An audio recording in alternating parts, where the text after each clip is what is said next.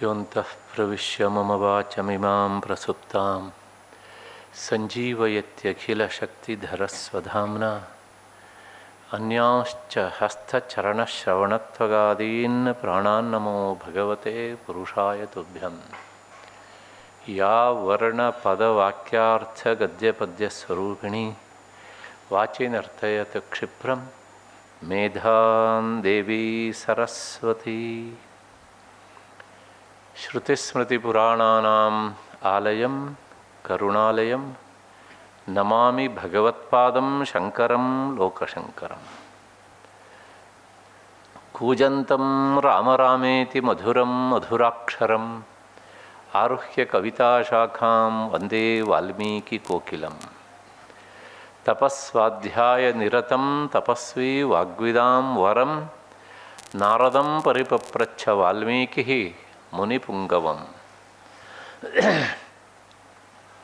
ಕಲ್ಯಾಣಾನಾಂ ನಿಧಾನಂ ಕಲಿಮಲಮಥನಂ ಪಾವನಂ ಪಾವನಾನಾಂ ಪಾಥೇಯಂ ಯನ್ಮುಮುಕ್ಷೋಃ ಸಪದಿ ಪರಪದಪ್ರಾಪ್ತಯೇ ಪ್ರಸ್ಥಿತಸ್ಯ ವಿಶ್ರಾಮಸ್ಥಾನಮೇಕಂ ಕವಿವರವಚಸಾಂ ಜೀವನಂ ಸಜ್ಜನಾನಾಂ ಬೀಜಂ ಧರ್ಮದ್ರುಮಸ್ಯ ಪ್ರಭವತು ಭವತಾಂ ಭೂತಯೇ ರಾಮನಾಮ.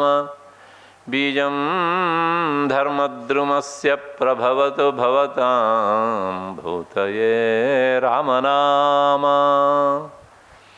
ಯತ್ರ ಯತ್ರ ರಘುನಾಥಕೀರ್ತನಂ ತತ್ರ ತತ್ರ ಕೃತಮಸ್ತಕಾಂಜಲಿಂ ಬಾಷ್ಪವಾರಿ ಪರಿಪೂರ್ಣಲೋಚನಂ ಮಾರುತಿಂ ಪ್ರಣತ ರಾಕ್ಷಸಾಂತಕಂ. ಆರಾಮಃ ಸರ್ವವೃಕ್ಷಾಣಾಂ ವಿರಾಮಃ ಸಕಲಾಪದಾಂ ಆರಾಮಃ ಕಲ್ಪವೃಕ್ಷಾಣಾಂ ವಿರಾಮಃ ಸಕಲಾಪದಾಂ ಅಭಿರಾಮಸ್ತ್ರಿಲೋಕಾನಾಂ ರಾಮಃ ಶ್ರೀಮಾನ್ ಸನಃ ಪ್ರಭುಃ ರಾಮಃ ಶ್ರೀಮಾನ್ ಸನಃ ಪ್ರಭುಃ. ಅಂಜನಾನಂದನಂ ವೀರಂ ಜಾನಕೀಶೋಕನಾಶನಂ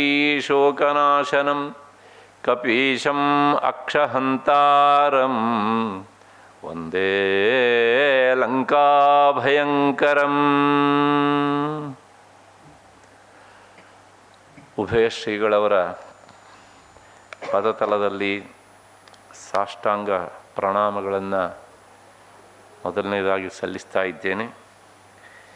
ನನ್ನ ಮತ್ತು ನಿಮ್ಮೆಲ್ಲರ ಬುದ್ಧಿ ಗುಹೆಯನ್ನು ಪ್ರಚೋದಿಸ್ತಾ ಇರುವಂತಹ ಶ್ರೀರಾಮ ಎನ್ನುವಂತಹ ಮಹಾಚೈತನ್ಯಕ್ಕೆ ಅನಂತ ಪ್ರಣಾಮಗಳನ್ನು ಸಲ್ಲಿಸಿ, ಈ ದಿನದ ಪಾತ್ರ ಪರಿಕ್ರಮ ಮಾಡಬೇಕಾದದ್ದು ಇಂದ್ರಜಿತ್ವಿನ ಪಾತ್ರವನ್ನು ಕುರಿತು ಅದರ ಬಗ್ಗೆ ಮುಂದಾಗ್ತಾ ಇದ್ದೇನೆ. ಹಾಗೆ ಮುಂದಾಗುವುದಕ್ಕಿಂತ ಮುನ್ನ ಒಂದು ಸಣ್ಣ ಸಂಶಯ.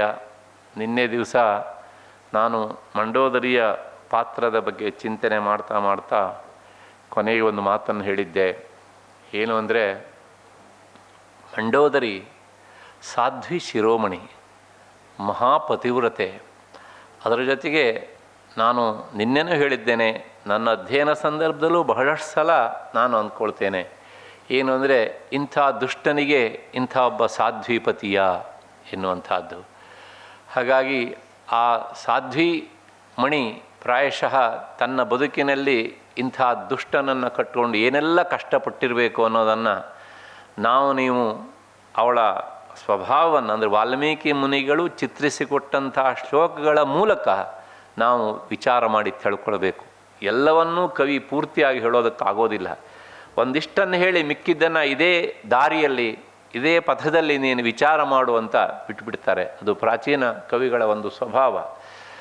ಅಷ್ಟು ಹಿನ್ನೆಲೆಯಲ್ಲಿ ಕೆಲವು ಜನ ಕೇಳ್ತಾರೆ, ಏನಂದರೆ ಬೆಳಗಾತ ಎದ್ದು ಮಂಡೋದರಿಯನ್ನು ನಾವು ಸ್ಮರಿಸ್ತೇವಲ್ಲ, ಸ್ಮರಿಸಬೇಕು ಅಂತ ಒಂದು ಶ್ಲೋಕ ಹೇಳುತ್ತಲ್ಲ, ಇದೇ ಕಾರಣವಾ ಅಂತ. ಕಾರಣ ಅದಕ್ಕೆ ಇದು ಹೌದು, ಆದರೆ ಆ ಶ್ಲೋಕಗಳನ್ನು ಕೇಳುವವರು ಬಹಳಷ್ಟು ಜನ ಏನು ಅಂದರೆ ಇವರೆಲ್ಲರೂ ಕನ್ಯೆಯರು ಎನ್ನುವಂಥ ಅರ್ಥವನ್ನು ಮನಸ್ಸಲ್ಲಿಟ್ಕೊಂಡು ಅಹಲ್ಯ, ದ್ರೌಪದಿ, ತಾರಾ, ತಾರಾ ಮಂಡೋದರಿ ತಥಾ ಪಂಚಕನ್ಯಾ ಸ್ಮರೆ ನಿತ್ಯಂ ಮಹಾಪಾತಕನಾಶನಂ ಅಂತ. ಅಲ್ಲಿ ಮಂಡೋದರಿ ಹೆಸರು ಉಂಟು. ಅಹಲ್ಯ, ದ್ರೌಪದಿ, ತಾರಾ, ತಾರಾ ಮಂಡೋದರಿ. ಅಹಲ್ಯ, ದ್ರೌಪದಿ, ತಾರಾ ಸೀತಾ ಅಲ್ಲ, ಮಂಡೋದರಿ. ತಾರಾ ತಾರಾ ಎರಡು ಸಲ. ಒಬ್ಬಾಕೆ ಬೃಹಸ್ಪತಿಯ ಹೆಂಡತಿ ಆ ತಾರೆ, ಇನ್ನೊಬ್ಬಾಕೆ ವಾಲಿಯ ಹೆಂಡತಿ ತಾರೆ. ಹಾಗಾಗಿ ಈ ಐವರನ್ನು ಬೆಳಗಾತ ಎದ್ದು ಸ್ಮರಿಸಬೇಕು. ಯಾರು ಅಂದರೆ ಅಲ್ಲಿ ಮೊದಲನೇ ಪತಿ ಏನು ಅಂದರೆ ಇವರು ಕನ್ಯೆಯರಲ್ಲ, ಪಂಚಕನ್ಯಾ ಅಂತ ಉಂಟಲ್ಲ. ಹಾಗಾಗಿ ಇವರು ಮೇಲ್ನೋಟಕ್ಕೆ ಅರ್ಥ ನೋಡಿಕೊಂಡು ಬಹಳಷ್ಟು ಜನ ಇತ್ತೀಚೆಗೆ ಒಂದು ತಿಂಗಳದಿಂದ ಯಾರೋ ಒಬ್ಬರು ಲೇಖನ ಬರೆದಿದ್ರು, ಈ ಪಂಚಕನ್ಯೆಯನ್ನು ಸ್ಮರಿಸಬೇಕು ಅಂತ. ಇವರು ಕನ್ಯೆಯರು ಅಂತ ಯಾರು ಹೇಳಿದ್ದಾರೋ ಗೊತ್ತಿಲ್ಲ. ಒಬ್ಬರು ಕನ್ಯೆಯರಲ್ಲ ಅಲ್ಲಿರುವವರು, ಎಲ್ಲರೂ ಸಹ ಗೃಹಿಣಿಯರೇ ಅಂತ. ಹಾಗಿದ್ರೆ ಆ ಶ್ಲೋಕಕ್ಕೆ ಅರ್ಥ ಏನು ಅದನ್ನು ಆಮೇಲೆ ನೋಡೋಣ. ಇವರನ್ನು ಯಾಕೆ ಸ್ಮರಿಸಬೇಕು ಅಂತಂದರೆ, ಇವರನ್ನು ಸ್ಮರಿಸಬೇಕಾದದ್ದು ಇವತ್ತಿನ ಗೃಹಿಣಿಯರಲ್ಲ. ಅಲ್ಲಿ ಪದಚ್ಛೇದ ಹೇಗೆ ಅಂದರೆ ಪಂಚ, ಅಹಲ್ಯ, ದ್ರೌಪದಿ, ತಾರಾ ಮಂಡೋದರಿ, ಈ ಐವರನ್ನು ಪಂಚ ಅಂತುಂಟು ನೋಡಿ, ದ್ವಿತೀಯ ಭಕ್ತಿ ಬಹುವಚನ ಅದು. ಈ ಐವರನ್ನು ಕನ್ಯಾ ಸ್ಮರೇತ್, ವಿವಾಹ ಆಗದೇ ಇರುವಂತಹ ಹುಡುಗಿ, ಹೆಣ್ಣು ಮಗಳು, ಅವಳು ಸ್ಮರಿಸಬೇಕು. ಯಾಕೆ ಅಂದರೆ ಈ ಐವರಿಗೆ ಬಂದಂಥ ದುಸ್ಥಿತಿ ನನಗೆ ನನ್ನ ವೈವಾಹಿಕ ಜೀವನದಲ್ಲಿ ಬರದೇ ಇರಲಿ. ಹಾಗಾಗಿ ಪಂಚ ಅನ್ನೋದನ್ನು ಈ ಅವರಿಗೆ ಸೇರಿಸ್ಬೇಕು, ಕನ್ಯಾ ಸ್ಮರಿಸಬೇಕು, ಪುರುಷರಲ್ಲ. ಇನ್ನು ಕೆಲವನ್ನ ಅದಕ್ಕೆ ಅಡ್ಡವ್ಯಾಖ್ಯಾನ ಮಾಡೋರು ಇದ್ದಾರೆ. ಪಂಚಕಂ ನಾ ಸ್ಮರೇತ್ ಅಂತ. ಈ ಐವರನ್ನು ನಾ ಅಂದರೆ ಪುರುಷರು, ಯಾಕೆ ನಾ ನರವು ನರ ಅಂತ. ಇವರು ಸ್ಮರಿಸಿ ಏನಾಗಬೇಕಾಗಿದೆ, ಏನಾಗಬೇಕಾದಿಲ್ಲ. ಹಾಗಾಗಿ ಪಂಚ, ಈ ಐವರನ್ನು ಕನ್ಯಾ ಸ್ಮರೇತ್. ಪ್ರತಿಯೊಬ್ಬ ಅವಿವಾಹಿತವಾದಂಥ ಕನ್ಯೆ ಅನ್ನೋದಕ್ಕೆ ತುಂಬ ಅರ್ಥ ಉಂಟು. 5 ವರ್ಷದ ಹುಡುಗಿ ಕನ್ಯೆ ಅಂತಾರೆ, 9 ವರ್ಷದ ಹುಡುಗಿ ಕನ್ಯಾ ಉಂಟು.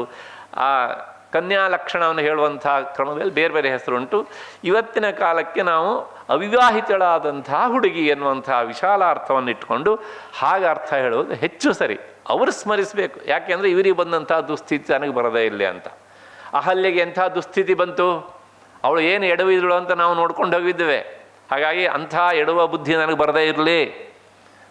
ಅಹಲ್ಯ, ದ್ರೌಪದಿ 5 ಜನ ಗಂಡಂದಿರಿದ್ರು ನೋಡುವವರ ದೃಷ್ಟಿಯಲ್ಲಿ, ಆದರೆ ಅವಳು ಅನುಭವಿಸಿದ ಕಷ್ಟ ಅಲ್ವಾ. ತುಂಬಿದ ಸಭೆಯಲ್ಲಿ ಮಾನ ಹರಾಜಾಗುವ ಸಂದರ್ಭ ಬಂತಲ್ಲ. ಪ್ರಾಯಶಃ ಕೃಷ್ಣ ಒಬ್ಬ ಅಂದು ಬರದೇ ಇದ್ದಿದ್ರೆ ಏನಾಗ್ತಿತ್ತು ಊಹಿಸಿಕೊಳ್ಳಿ. ಇಂತಹ ಈ ದುಷ್ಟರ ಮಧ್ಯದಲ್ಲಿ ನಾನು ನನ್ನಂಥವ್ರು ಬದುಕುವಾಗ ಆ ದ್ರೌಪದಿಗೆ ಬಂದಂತಹ ಪರಿಸ್ಥಿತಿ ನನಗೆ ಬರದೇ ಇರಲಿ ಅಂತ ಪ್ರಾರ್ಥನೆ ಮಾಡಬೇಕು. ಹೆಣ್ಣುಮಕ್ಕಳು ಬೆಳಗಾತ ಇದ್ದೆವು. ತಾರಾ ಇನ್ನು ವಾಲಿಯ ಹೆಂಡತಿ ತಾರೆ, ಕೊನೆಗೆ ಅವಳು ಏನಾದ್ಲು, ವಾಲಿ ಮಾಡಿದಂಥ ಎಲ್ಲ ಈ ದುಷ್ಟ ಕೆಲಸಗಳಿಗೋಸ್ಕರ ಮಧ್ಯ ಜೀವನದಲ್ಲಿ ಕಳ್ಕೊಂಡ್ಳು. ಕೊನೆಗೆ ಸುಗ್ರೀವನ ಜೊತೆಗೆ ಬದುಕುವಂತಹ ಪರಿಸ್ಥಿತಿ ಬಂತು ಅವಳಿಗೆ. ಇನ್ನು ತಾರಾ, ಬೃಹಸ್ಪತಿ ಆಚಾರ್ಯರ ಚಂದ್ರ ಅವಳನ್ನು ಚಾರಿತ್ರಿಕವಾಗಿ ಅವಳನ್ನು ಹರಣ ಮಾಡಿದ. ಹಾಗಾಗಿ ಆ ತಾರೆ. ಇನ್ನೊಬ್ಬಳು ಮಂಡೋದರಿ ಹೇಗಿದ್ಲು, ಸಚ್ಚಾರಿತ್ರ್ಯವಂತ ಅಂತ ಹೆಣ್ಣು. ಒಬ್ಬೊಬ್ಬರಿದು ಒಂದೊಂದು ರೀತಿಯ ಸಮಸ್ಯೆ ಅಲ್ಲಿ. ಆದರೆ ದುರ್ದೈವ ಅಂದರೆ ಅವಳು ಅಷ್ಟು ಒಳ್ಳೆಯವಳಿದ್ಲು. ಅವಳೇ ಹೇಳಿದಾಗ ಎಲ್ಲೋ ಒಂದು ಸಣ್ಣ ಅಹಂಕಾರ ಇತ್ತು. ಯಾಕೆಂದರೆ ನಾನು ಆ ಮಯನ ಮಗಳು, ನನ್ನ ಅಪ್ಪ ಅಂಥವನು ಹೀಗೆ ಅಂತ. ರಾಕ್ಷಸೇಶ್ವರನ ಪತ್ನಿ 2ನೇ ಇಗೋ, 3ನೇದು ಇಂದ್ರಜಿತು ಅಂಥ ಮಗನಿದ್ದಾನೆ ನನಗೆ, ಲಂಕೆಯ ನಾನು ಸಾಮ್ರಾಜ್ಞಿ. ಈ ಎಲ್ಲ ಇಗೋಗಳ ಜೊತೆಗೆ ಈ ದುಷ್ಟ ಗಂಡನನ್ನು ಕಟ್ಕೊಂಡು ಕೊನೆಗೆ ತಾನು ಪರತತ್ವವನ್ನು ಅರಿಬೇಕು ಅಂತ ಪ್ರಯತ್ನ ಮಾಡುವ ಸ್ವಭಾವದವಳು. ಗಂಡ ಅದಕ್ಕೆ ವಿರುದ್ಧನಾದವನು. ನಾನು ನಿನ್ನೆ ಹೇಳಿದ್ದೇನೆ, ಇವಳು ಒಂಥರ ಏತಿ ಆದರೆ ಅವನೊಂಥರ ಪ್ರೀತಿ. ಅಂದರೆ ಹೆಂಡತಿ ಸಂಸ್ಕಾರ ಸಂಪನ್ನಳಾದಾಗ ಅವಳ ಸಂಸ್ಕಾರವನ್ನು ಬೆಳೆಸುವಂಥ ಪೂರಕ ವಾತಾವರಣವನ್ನು ನಿರ್ಮಿಸಿಕೊಡುವಂಥ ಗಂಡ ಸಿಕ್ಕಿದರೆ ಆ ದಾಂಪತ್ಯ ಸುಖಮಯವಾಗಿ ಹೋಗ್ತದೆ. ಹಾಗಿಲ್ಲದೆ ಇರ್ತದೆ ಏನಾಗ್ತದೆ ಅಂದರೆ ಒಂದು ರೀತಿಯ ನದಿಯ ಮಧ್ಯದಲ್ಲಿ ದೋಣಿ ಒಡೆದಾಗ ನೀರು ಬಂದು ಮುಳುಗಿ ಹೋಗುವ ಹಾಗೆ ಮುಳುಗಿ ಹೋಗ್ತದೆ. ಹಾಗಾಗಿ ಇಂಥ ಪರಿಸ್ಥಿತಿ ಕನ್ಯೆಯರಿಗೆ ಅಂದರೆ ವಿವಾಹಕ್ಕಿಂತ ಮೊದಲು ಪ್ರಾರ್ಥನೆ ಮಾಡುವಂಥದ್ದು ತನ್ನ ವೈವಾಹಿಕ ಜೀವನದಲ್ಲಿ ಇವರ ದುಸ್ಥಿತಿ ತನಗೆ ಬರದೇ ಇರಲಿ ಅಂಥೇಳಿ ಅವರು ಪ್ರಾರ್ಥನೆ ಮಾಡಬೇಕು ಎನ್ನುವ ಹಿನ್ನೆಲೆಯಲ್ಲಿ ಈ ಶ್ಲೋಕವೇ ಅಷ್ಟೇ ಹೊರತೂ ಸಹ ಇದಕ್ಕೆ ಹೊರತಾಗಿ ಬೇರೆ ಏನೂ ನಾವು ಅಪಾರ್ಥ ಮಾಡಬೇಕಾದದ್ದು ಇಲ್ಲ. ಮತ್ತು ಅದ್ರ ಜೊತೆ ಇನ್ನೊಂದು ಮಾತು, ಮಂಡೋದರಿ ವಿಭೀಷಣನ ಜೊತೆಗೆ ಅವಳು ತಾರೆ ತರಹ ಬದುಕಿದವಳಲ್ಲ. ನಿನ್ನೇನೆ ನಾನು ಹೇಳಿದ್ದೇನೆ, ಅಂತಹ ಸಚ್ಚಾರಿತ್ರವಂತಳಾದಂಥ ಹೆಣ್ಮಗಳವಳು. ಹಾಗಿಲ್ಲದೆ ಇದ್ದರೆ ಈ ಪರಿಯಾದಂಥ ವೇದಾಂತದ ಮಾತುಗಳನ್ನು ಹೇಳೋದಿಲ್ಲ. ಮತ್ತಷ್ಟೇ ಅಲ್ಲ, ಪ್ರಾರಂಭದಲ್ಲಿ ಯತ್ಕ್ರೌಂಚ ಮಿಥುನಾದೇಕಂ ಅವಧಿ ಕಾಮಮೋಹಿತಂ ಎನ್ನುವಂಥ ಏನು ಶ್ಲೋಕ ಉಂಟಲ್ಲ, ಆ ಶ್ಲೋಕದ ಉಪಸಂಹಾರ ಆಗುವುದೇ ಈ ಮಂಡೋದರಿಯ ಆ ಪ್ರಲಾಪಗಳಿಂದ. ಅದು ಬರೇ ಪ್ರಲಾಪ ಅಲ್ಲ, ಮಂಡೋದರಿಯ ವೇದಾಂತ ಆಲಾಪ ಅದು. ನಿನ್ನೆ ದಿವಸ ನಾವು ನೋಡಿದ್ದೇವೆ ಎಷ್ಟೆಲ್ಲ ವೇದಾಂತ ಅರ್ಥಗರ್ಭಿತವಾದ ಮಾತುಗಳನ್ನು ಹೇಳಿದ್ದಾಳೆ. ಹಾಗಾಗಿ ಆ ಕ್ರೌಂಚ ಎನ್ನುವಂಥ, ಅಂದರೆ ಗಂಡು ಕೋಳಿ ಅಂತಿರುವಂಥ ರಾವಣನನ್ನು ಕಳೆದುಕೊಂಡು ಅವಳು ಆ ವೇದಾಂತ ಆಲಾಪಗಳ ಮೂಲಕ ತನಗೆ ಸಮಾಧಾನವನ್ನು ಮಾಡಿಕೊಳ್ತಾಳೆ. ಅದು ಯಾರ ಎದುರಿನಲ್ಲಿ? ಪರತತ್ವವೇ ಮೈಗೂಡಿ ಬಂದಂಥ ಶ್ರೀರಾಮಚಂದ್ರನ ಎದುರಿನಲ್ಲಿ ತನ್ನ ದುಃಖವನ್ನು ಅವಳು ಹೇಳಿಕೊಳ್ತಾಳೆ. ಇಂಥ ಪರತತ್ವವನ್ನು ನಾನು ಅರಲಿಕ್ಕೆ ಪ್ರಯತ್ನ ಪಟ್ಟೆ, ನನ್ನ ಕೈ ಹಿಡಿದಂಥ ಇವನು ಒಂದು ದಿನವೂ ಅದಕ್ಕೆ ಪ್ರಯತ್ನ ಮಾಡಲಿಲ್ವಾ ಎನ್ನುವಂಥ ದುಃಖ ಅವಳ ಪ್ರತಿ ಮಾತಿನಲ್ಲಿಯೂ ಸಹ ನಮಗೆ ಎದ್ದು ತೋರುತ್ತೆ. ಅಷ್ಟು ಹಿನ್ನೆಲೆಯಲ್ಲಿ ಇನ್ನೊಮ್ಮೆ ಆ ತಾಯಿಗೆ ನಮಸ್ಕರಿಸಿ ಮತ್ತೆ ಇವತ್ತಿನ ಪಾತ್ರಕ್ಕೆ ಬರೋಣ. ಇಂದ್ರಜಿತು ಅಂತ. ಇಂದ್ರಜಿತ್ ರಾವಣನಿಂದ ಇದೇ ಮಂಡೋದರಿಯಲ್ಲಿ ಹುಟ್ಟಿದವನು ಇದೇ ಇಂದ್ರಜಿತ್. ಅವನಿಗೆ ಜನನವಾದ ಕಾಲದಲ್ಲಿ, ಅಂದರೆ ಅವನ ಜನನವಾದ ಕಾಲದಲ್ಲಿ ಇಟ್ಟ ಹೆಸರು ಇಂದ್ರಜಿತ್ತು ಅಂತ ಆಗಿರಲಿಲ್ಲ. ಹಾಗಿದ್ರೆ ಏನಾಗಿತ್ತು ಅಂತಂದರೆ, ಇವನು ಹುಟ್ಟಿದ ತಕ್ಷಣ ಈ ಮೋಡ ಗುಡುಗುಡು ಶಬ್ದ ಮಾಡುತ್ತಲ್ಲ, ಹಾಗೆ ಒಂದು ರೀತಿಯ ಅಮಂಗಳಕರವಾದಂಥ ಶಬ್ದವನ್ನು ಮಾಡಿದಂತೆ. ಅಂದರೆ ಆಗಲೇ ಗರ್ಜನೆ ಮಾಡಿದ್ದಾನೆ. ಪ್ರಕೃತಿಯ ನಿಯಮಕ್ಕೆ ವಿರುದ್ಧವಾಗಿ ಕಿರಿಚ್ತಾ ಹುಟ್ಟಿದ್ದ ಅವನು. ಹಾಗಾಗಿ ಅವನ ಆ ಕಿರಿಚುವಿಕೆ ಮೋಡದ ಶಬ್ದದಂತೆ ಇದ್ದಿದ್ದರಿಂದ ರಾವಣ ಅವನಿಗೆ ಮೇಘನಾದ ಅಂತ ನಾಮಕರಣ ಮಾಡಿದ್ದ. ಅದು ಅವನಿಗೆ ಇಟ್ಟ ಹೆಸರು, ಅಂಕಿತ ನಾಮ. ಹಾಗಿದ್ರೆ ಇಂದ್ರಜಿತ್ತು ಅಂತ ಉಂಟಲ್ರಿ ಅಂತಂದರೆ, ಅವನು ಇಂದ್ರನನ್ನು ಯುದ್ಧದಲ್ಲಿ ಸೋಲಿಸಿ ಗೆದ್ದವನಾದ್ರಿಂದ ಇಂದ್ರಜಿತು ಎನ್ನುವಂಥದ್ದು ಅವನಿಗೆ ಅನ್ವರ್ಥನಾಮವಾಗಿ ಬಂತು. ಅವನು ಮಾಡಿದಂಥ ದುಷ್ಟ ಕೆಲಸದಿಂದಾಗಿ ಬಂದಂಥ ಹೆಸರು. ಕೇವಲ ಇಂದ್ರನನ್ನು ಅಷ್ಟೇ ಅಲ್ಲ ಅವನು ಗೆದ್ದದ್ದು. ಇಲ್ಲೊಂದು ಸ್ವಾರಸ್ಯ ಉಂಟು. ಇಂದ್ರ ಪೂರ್ವ ದಿಕ್ಕಿನ ಅಭಿಮಾನಿ ದೇವತೆ ಅಷ್ಟದಿಕ್ಪಾಲಕರಲ್ಲಿ ಅಲ್ವಾ. ಆ ಪೂರ್ವ ದಿಕ್ಕಿಗೆ ಸಂಬಂಧಪಟ್ಟಂಥ ಎಲ್ಲರನ್ನೂ ಗೆದ್ದು ಹಾಕಿದ್ದ ಅವನು. ಅಂಥ ಮಾಯಾವಿಯಾಗಿದ್ದ, ಅಂಥ ದುಷ್ಟನಾಗಿದ್ದ, ಲಂಪಟ, ಪೋಖ್ರಿ, ಪುಂಡ, ಫಟಿಂಗ, ಈ ಯಾವ ಶಬ್ದಗಳನ್ನು ಹೇಳಿ ಬೈದ್ರೂ ಸಹ ಇಂದ್ರಜಿತುವಿನ ಹತ್ರನೂ ಈ ಶಬ್ದಗಳು ಹೋಗೋದಿಲ್ಲ. ಅಷ್ಟು ಫಟಿಂಗನಿದ್ದವನು. ನಾನು ಇನ್ಯಾವ ಶಬ್ದನೂ ಹೇಳೋದಿಲ್ಲ. ಇನ್ನೂ ಮುಂದುವರೆದು ಹೇಳಬೇಕು ಅಂದರೆ ರಾವಣನಿಗಿಂತ ದುಷ್ಟ ಸಾಕು ಅಂತ ಕಾಣುತ್ತೆ ಪ್ರಾಯಶಃ. ಹಾಗಾಗಿ ಅವನು ಇಡೀ ಆ ದಿಕ್ಕನ್ನೇ ತನ್ನ ಪರಾಕ್ರಮದಿಂದ ಗೆದ್ದುಕೊಂಡು ಬಂದಿದ್ದ. ಹಾಗಾಗಿ ಇಂದ್ರಜಿತ್ ಈ ಪೂರ್ವ ದಿಕ್ಕಿನ ಅಧಿಪತಿಯಾಗಿ ಒಂದು ದೃಷ್ಟಿಯಲ್ಲಿ ದೇವತೆಗಳಿಗೆಲ್ಲರಿಗೂ ಇನ್ಸಲ್ಟ್ ಮಾಡಿದ್ದ ಆತ. ಇಂತಹ ಈ ಇಂದ್ರಜಿತು ರಾಮಾಯಣ ಯುದ್ಧದಲ್ಲಿ ಪ್ರಾಯಶಃ 5ನೇ ದಿವಸ ಲಕ್ಷ್ಮಣನಿಂದ ಹತನಾಗ್ತಾನೆ. ನೋಡೋಣ ಹೇಗೆ ಏನು ಎತ್ತ ಅಂತ. ರಾಮಾಯಣದ ರಹಸ್ಯ ಏನು ಹೇಳುತ್ತೆ ಇದರಿಂದ ಅಂತಂದರೆ, ನೀನು ಎಷ್ಟೇ ಇಂದ್ರಜಿತ್ತು ಆಗು, ಎಷ್ಟೇ ಇಂದ್ರರನ್ನು ಗೆಲ್ಲು, ಆದರೆ ಎಲ್ಲಿಯವರೆಗೆ ನೀನು ಲಕ್ಷ್ಮಣನ ಹಾಗೆ ಇಂದ್ರಿಯ ಜಿತ್ ಆಗುವುದಿಲ್ವೋ ನಿನಗೆ ಸೋಲು ಸಾವು ಕಟ್ಟಿಟ್ಟ ಬುತ್ತಿ. ಹಾಗಾಗಿ ಇಂದ್ರಜಿತ್ ಆಗಬಹುದು, ಆದರೆ ಇಂದ್ರಿಯ ಜಿತ್ ಆಗುವುದು ಬಹಳ ಕಷ್ಟ. ಅದಕ್ಕೋಸ್ಕರ ನೋಡಿ, ಅವನ ಹನನ ಯಾರಿಂದ ಆಯಿತು? ಇಂದ್ರಿಯ ಜಿತ್ ಆದಂಥ ಲಕ್ಷ್ಮಣನಿಂದನೇ ಆಯಿತು. ಇದೆಲ್ಲ ರಾಮಾಯಣ ನಮಗೆ ಕಂಠಿತವಾಗಿ ಈ ಸ್ವಾರಸ್ಯಗಳನ್ನು ಹೇಳೋದಿಲ್ಲ, ನಾವು ಊಹಿಸಿ ತಿಳ್ಕೊಳ್ಬೇಕು ಅದನ್ನು. ಇಷ್ಟು ಹಿನ್ನೆಲೆಯಲ್ಲಿ ಪ್ರಾಯಶಃ ರಾಮಾಯಣದ ಈ ಯುದ್ಧ ಕಾಲದಲ್ಲಿ ಇವನಿನ್ನೂ ಎಳಸು ಇಂದ್ರಜಿತ್ತು. ಅಂದರೆ ಒಂದು ರೀತಿಯಲ್ಲಿ ಹೇಳಬೇಕು ಅಂದರೆ ನಮ್ಮಲ್ಲಿ ಪಡ್ಡೆ ಹುಡುಗರು ಅಂತ ಹೇಳ್ತಾರಲ್ಲ, ಆ ಟೀನೇಜಿನ ಹುಡುಗ ಅವನು ಅವಾಗ. ಹಾಗಾಗಿಯೇ ಆ ರಾವಣ ಕರೆದಂತಹ ಮಂತ್ರಾಲೋಚನೆ ಸಭೆಯಲ್ಲಿ ಇವನು ಬಂದಾಗ ವಿಭೀಷಣ ಹೇಳ್ತಾನೆ, ನೀನು ಬಾಲಕ, ಮಂತ್ರಾಲೋಚನೆಯಲ್ಲಿ ಪಾಲ್ಗೊಳ್ಳುವಂತಹ ಶಕ್ತಿ ನಿನಗೇನು ಉಂಟು? ಹಿಂದೆ ಗೊತ್ತಿಲ್ಲ, ಮುಂದೆ ಗೊತ್ತಿಲ್ಲ, ಯುದ್ಧ ನೀತಿ ಗೊತ್ತಿಲ್ಲ, ಹಾಗಾಗಿ ನಿನ್ನಂಥವನು ಸಹ ಏನು ಮಾಡ್ತಾರೆ, ಕೆಲವು ಸಲ ಈ ಬಾಲಬುದ್ಧಿಯವರಿಗೆ ನಮ್ಮ ದೇಶದಲ್ಲಿ ಎಲ್ಲಿಲ್ಲದೆ ಪ್ರಿಯಾರಿಟಿ ಈಗಲೂ ಆಗ್ತಾ ಇರೋದು ಹಾಗೇನೆ ಅಲ್ವಾ.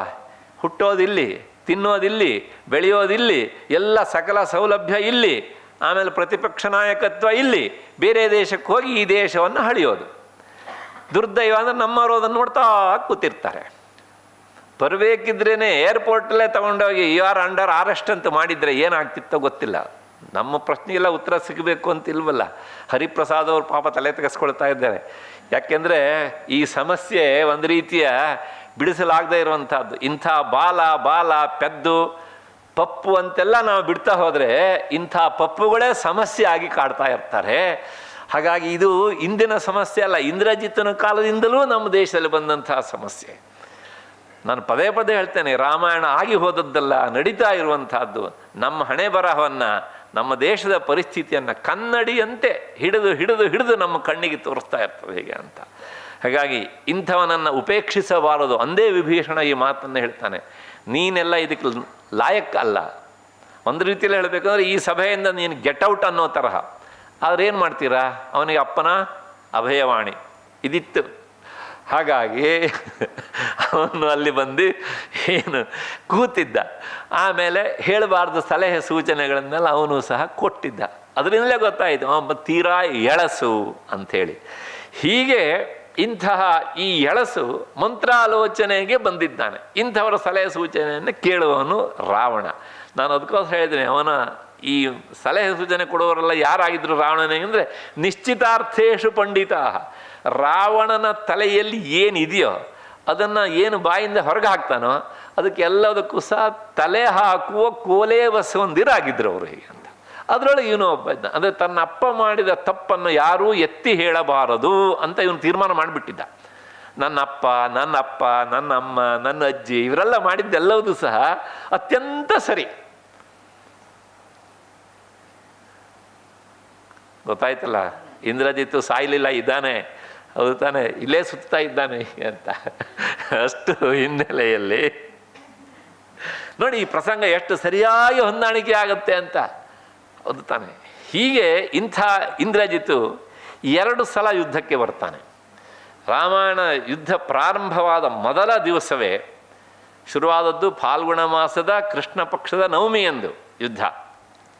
ಆವತ್ತು ರಾಕ್ಷಸರಿಗೂ ವಾನರ ಸೈನ್ಯಕ್ಕೂ ಯುದ್ಧ. ಬೆಳಗಾತ ಸೂರ್ಯೋದಯದಿಂದ ಯುದ್ಧ ಪ್ರಾರಂಭ ಆಗಿದೆ, ಸೂರ್ಯಾಸ್ತ ಆಗುವವರೆಗೆ ಯುದ್ಧ ನಡೆದಿದೆ. ಆ ಯುದ್ಧದಲ್ಲಿ ರಾಕ್ಷಸರನ್ನು ಈ ವಾನರರು ಹಿಗ್ಗಾಮುಗ್ಗ ಸಾಯಿಸಿದ್ದಾರೆ. ರಾವಣನ ಕಡೆ ಸೈನಿಕರು ನುಚ್ಚು ನೂರಾಗಿ ಬಿಟ್ಟಿದ್ದಾರೆ.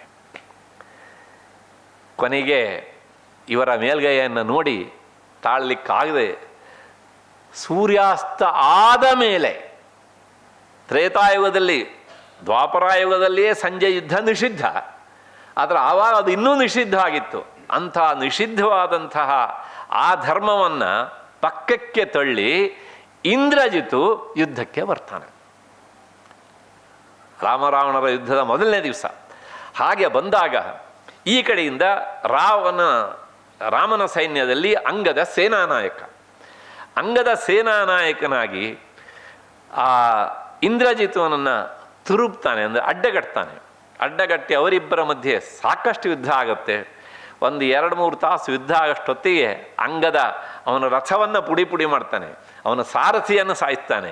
ಇವನ ಜೊತೆಗೆ ಇನ್ನು ಯುದ್ಧ ಮಾಡೋದಕ್ಕೆ ಆಗೋದಿಲ್ಲ ಅಂತ ತಿಳಿದಂತಹ ಇಂದ್ರಜಿತು ಇದ್ದಕ್ಕಿದ್ದ ಹಾಗೆ ಅಲ್ಲಿಂದ ಮಾಯ ಆಗಿಬಿಡ್ತಾನೆ. ಅವನು ಮಹಾಮಾಯಾವಿ, ರಾವಣನಿಗಿಂತ ಮಾಯಾವಿ. ಅದೊಂದು ವರ ಇತ್ತು ಅವನಿಗೆ. ಇವನನ್ನು ನಾನು ಎದುರಿಗೆ ನಿಂತು ಎದುರಿಸಲಾರೆ ಅನ್ನೋದು ಗೊತ್ತಾಯಿತು ಅವನಿಗೆ. ಹಾಗಾಗಿ ಆತ ಏನು ಮಾಡ್ತಾನೆ ಅಂದರೆ ಇದ್ದಕ್ಕಿದ್ದ ಹಾಗೆ ಮಾಯ ಆಗಿಬಿಡ್ತಾನೆ. ಮಾಯೆ ಆಗಿ ಕೊನೆಗೆ ಆ ಅದೃಶ್ಯ ನೆಲೆಯಲ್ಲಿ ನಿಂತು ಯುದ್ಧ ಮಾಡಲಿಕ್ಕೆ ಶುರು ಮಾಡ್ತಾನೆ. ವಾಲ್ಮೀಕಿ ಮುನಿಗಳ ಶಬ್ದ ಹೇಗುಂಟು ನೋಡಿ.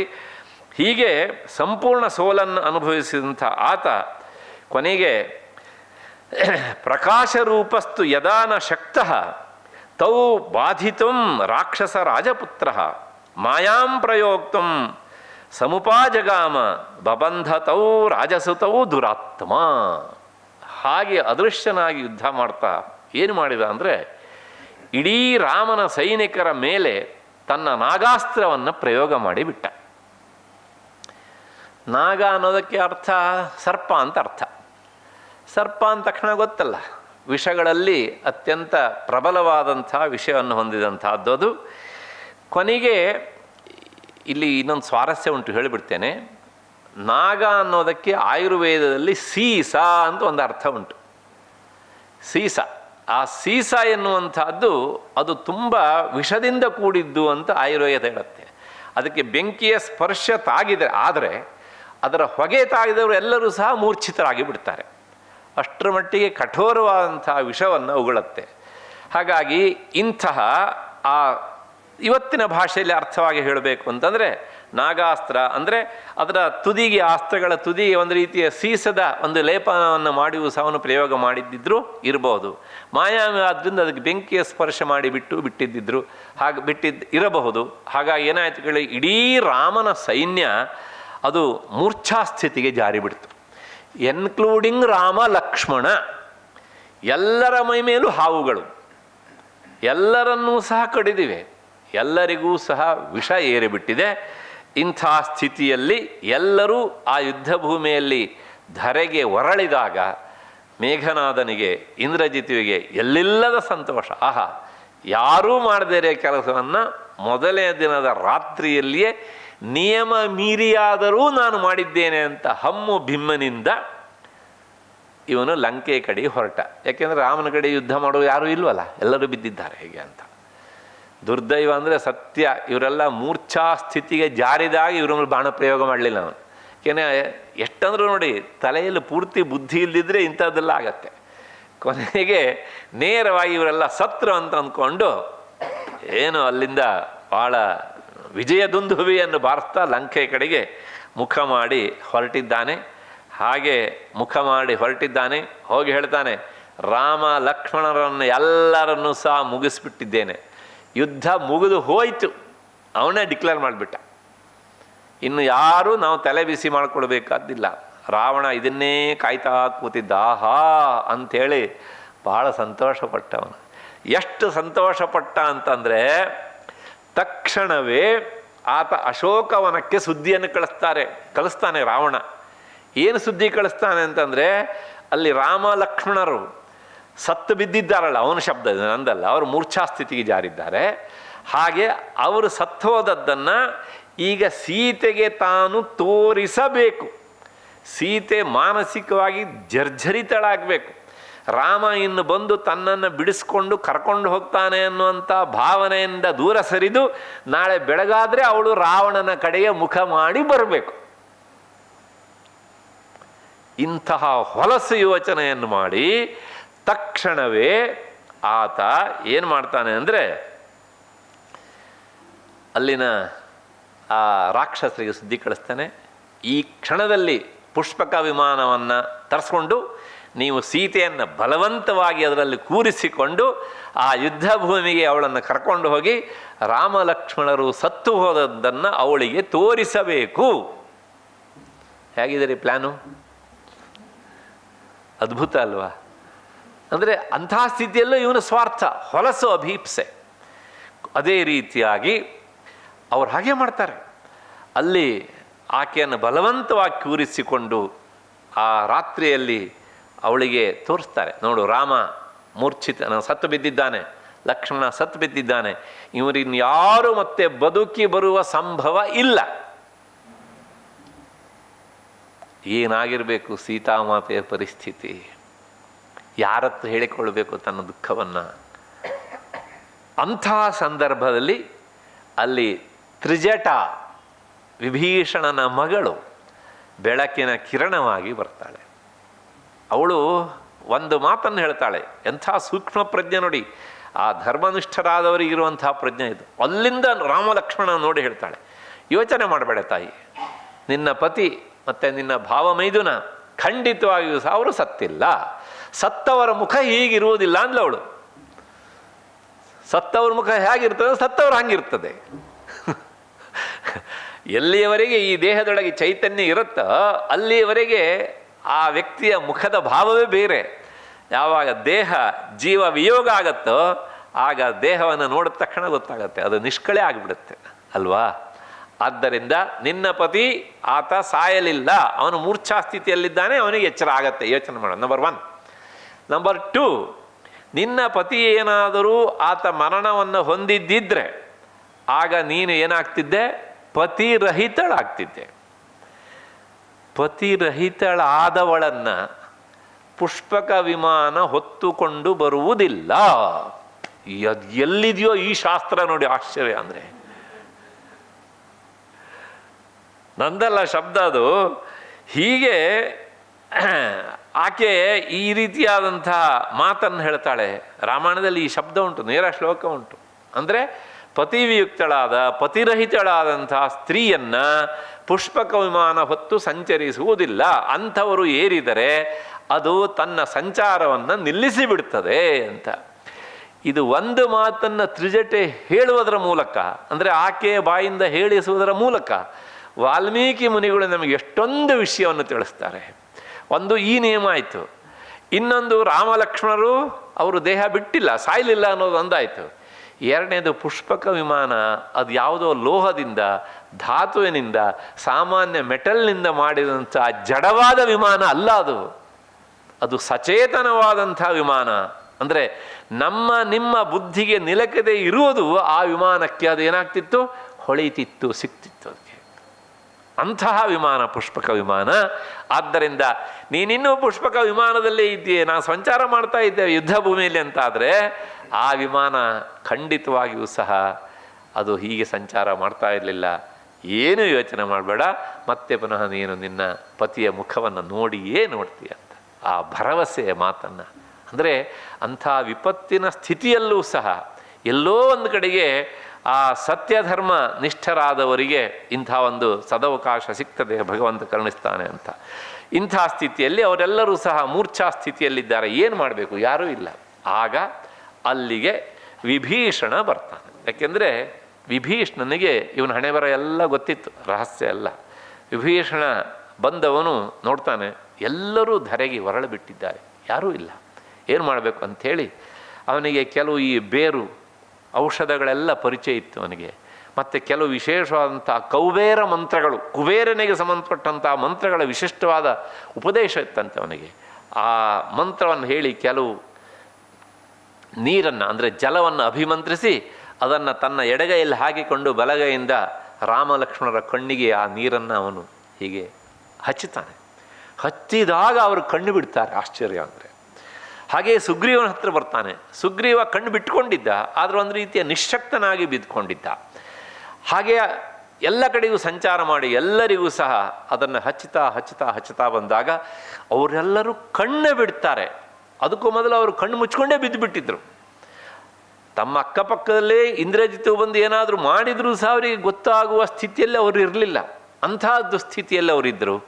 ಆದರೆ ಯಾವಾಗ ವಿಭೀಷಣ ಈ ಕೆಲಸ ಮಾಡಿದನೋ ಆಗ ಅವರೆಲ್ಲರೂ ಸಹ ಕಣ್ಣು ಬಿಟ್ಟರು ಹೀಗೆ ಅಂತ. ಅಂದರೆ ಆ ವಿಭೀಷಣ ಎನ್ನುವಂಥ ಪುಣ್ಯಾತ್ಮ ಒಬ್ಬ ಇಲ್ದಿದ್ರೆ ಏನಾಗ್ತಿತ್ತು ಊಹೆ ಮಾಡ್ಕೊಳ್ಳಿ ನೀವು. ಹೀಗೆ ವಿಭೀಷಣ ಮಾಡ್ತಾ ಇರುವಾಗ ಇದ್ದಕ್ಕಿದ್ದಾಗೆ ಅಲ್ಲಿಗೆ ಗರುಡ ಬರ್ತಾನೆ.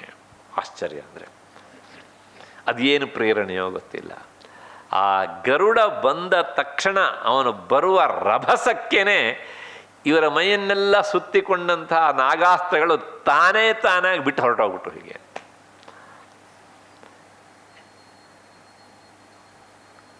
ಇಂತಹ ಕೆಟ್ಟ ಕೆಲಸ ಮಾಡುವಂತಹ ಕ್ರೂರಿ ಯಾರು? ಈ ಇಂದ್ರಜಿತು.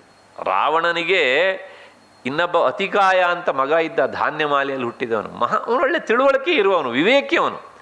ಆದರೆ ಇವನು ಹಾಗಲ್ಲ, ಎಲ್ಲಿಲ್ಲದ ಫಟಿಂಗತನ ಇವನೊಳಗೆ. ಅದ್ರ ದುರ್ದಯ ಅಂದರೆ ಇವನ ಮೇಲೆ ಎಲ್ಲಿಲ್ಲದ ಪ್ರೀತಿ ರಾವಣನಿಗೆ. ಯಾಕೆ ಅಂದರೆ ರಾವಣ ಮಾಡುವಂಥ ಎಲ್ಲ ಕೆಟ್ಟ ಕೆಲಸಗಳಲ್ಲೂ ಈ ಇಂದ್ರಜಿತುವಿನಿಂದ ಸಿಂಹಪಾಲು. ಅವನು ಈ ವಯಸ್ಸಿನಲ್ಲೇ ಹಾಗೆ ಇನ್ನೇನಾದ್ರು ಬೆಳೆದು ನಿಂತು ಬಿಟ್ಟಿದ್ರೆ ಅದಕ್ಕೋಸ್ಕರ ಲಕ್ಷ್ಮಣ ಇಂಥವ್ನು ಬೆಳಿಲಿಕ್ಕೆ ಬಿಡಬಾರ್ದು ಅಂತ ಅವ್ನು ಮುಗಿಸ್ಬಿಟ್ಟ. ಅವನು ಬಿಟ್ಟಿದ್ರೆ ಇವತ್ತಿನ ಇಂದ್ರಜಿತು ಅಂತಲೇ ಆಗ್ತಿದ್ರು ಹೀಗೆ ಅಂತ. ಹಾಗಾಗಿ ಕೊನೆಗೆ ಯಾವಾಗ ಗರುಡ ಬಂದನೋ ಈ ರೀತಿಯಾದಂಥ ಒಂದು ಹೊಸ ಬೆಳವಣಿಗೆ ಆಯಿತು. ಬೆಳವಣಿಗೆ ಆದ ಮೇಲೆ ಬೆಳಗಿನ ಜಾವ ಅಲ್ಲಿ ಅವನೇನು ಮಾಡಿದ್ದಾನೆ ಅಂದರೆ ಇಂದ್ರಜಿತು ರಾತ್ರಿ ಯುದ್ಧ ಮಾಡಿ ಆದಮೇಲೆ ಇವರೆಲ್ಲ ಧರೆಗೆ ಉರುಳಿದ ಮೇಲೆ ಹೋಗಿ ಅಪ್ಪನಿಗೆ ಹೇಳಿದ್ದಾನೆ.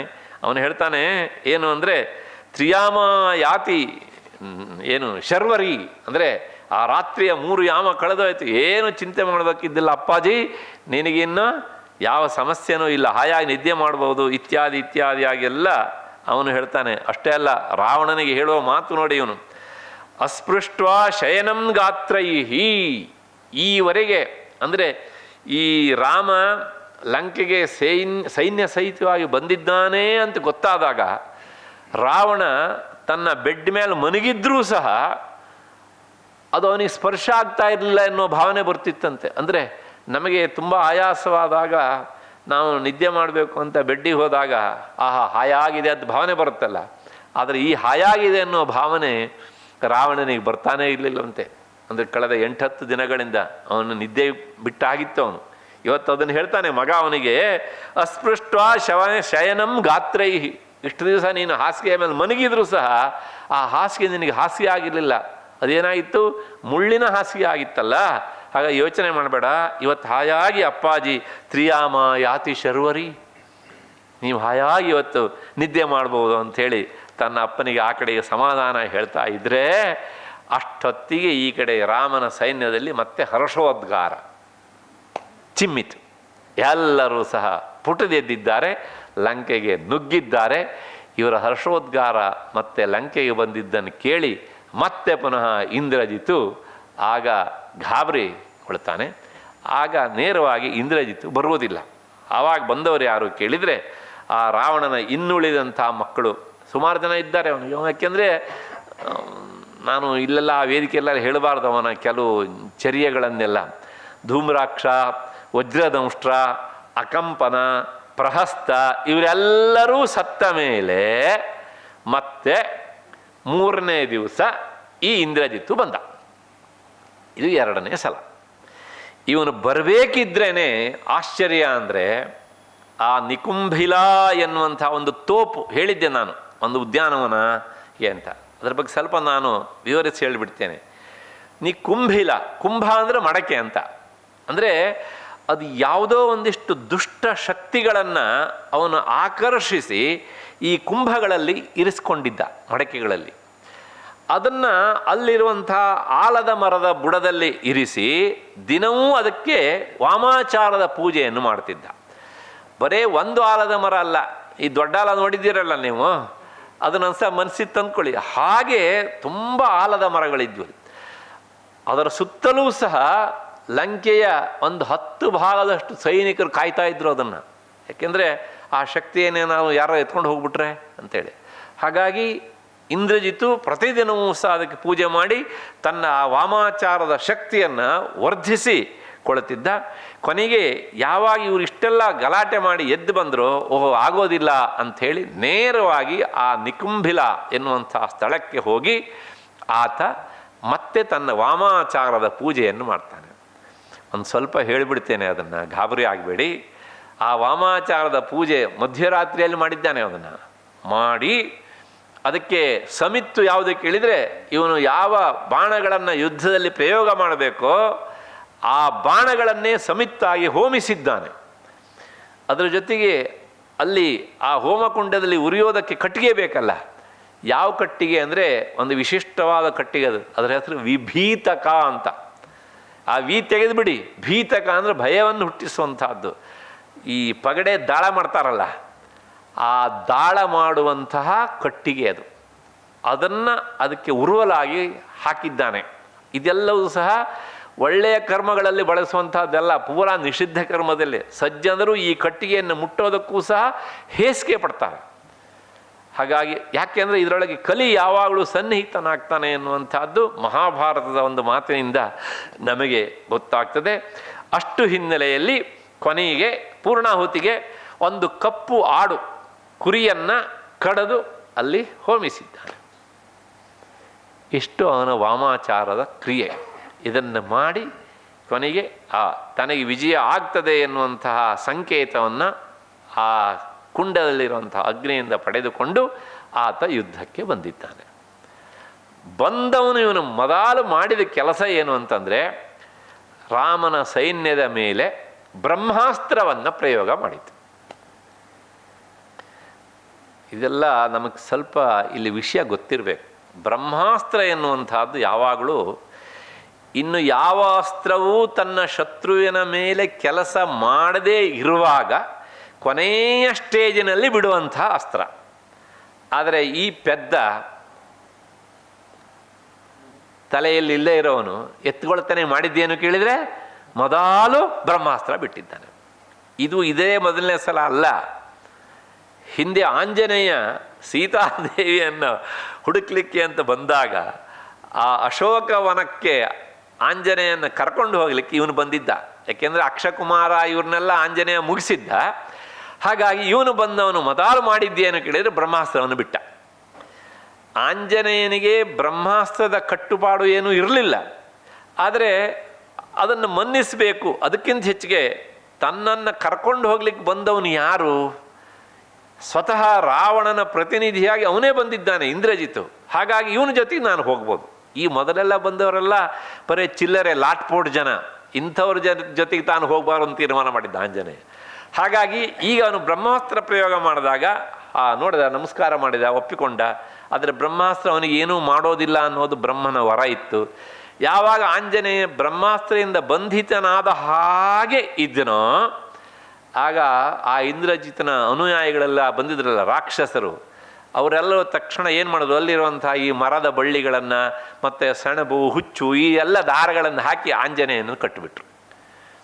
ಬ್ರಹ್ಮಾಸ್ತ್ರವನ್ನು ಪ್ರಯೋಗ ಮಾಡಿ ಆದಮೇಲೆ ಇನ್ಯಾವ ಅಸ್ತ್ರವನ್ನೇ ಪ್ರಯೋಗ ಮಾಡಿದರೂ ಸಹ ಅಥವಾ ಇನ್ಯಾವುದರಿಂದಲೋ ಅದನ್ನು ಬಂಧಿಸ್ಲಿಕ್ಕೆ ಹೋದರೆ ಆ ವ್ಯಕ್ತಿಯನ್ನು, ಅದು ಬ್ರಹ್ಮಾಸ್ತ್ರಕ್ಕೆ ಇನ್ಸಲ್ಟ್.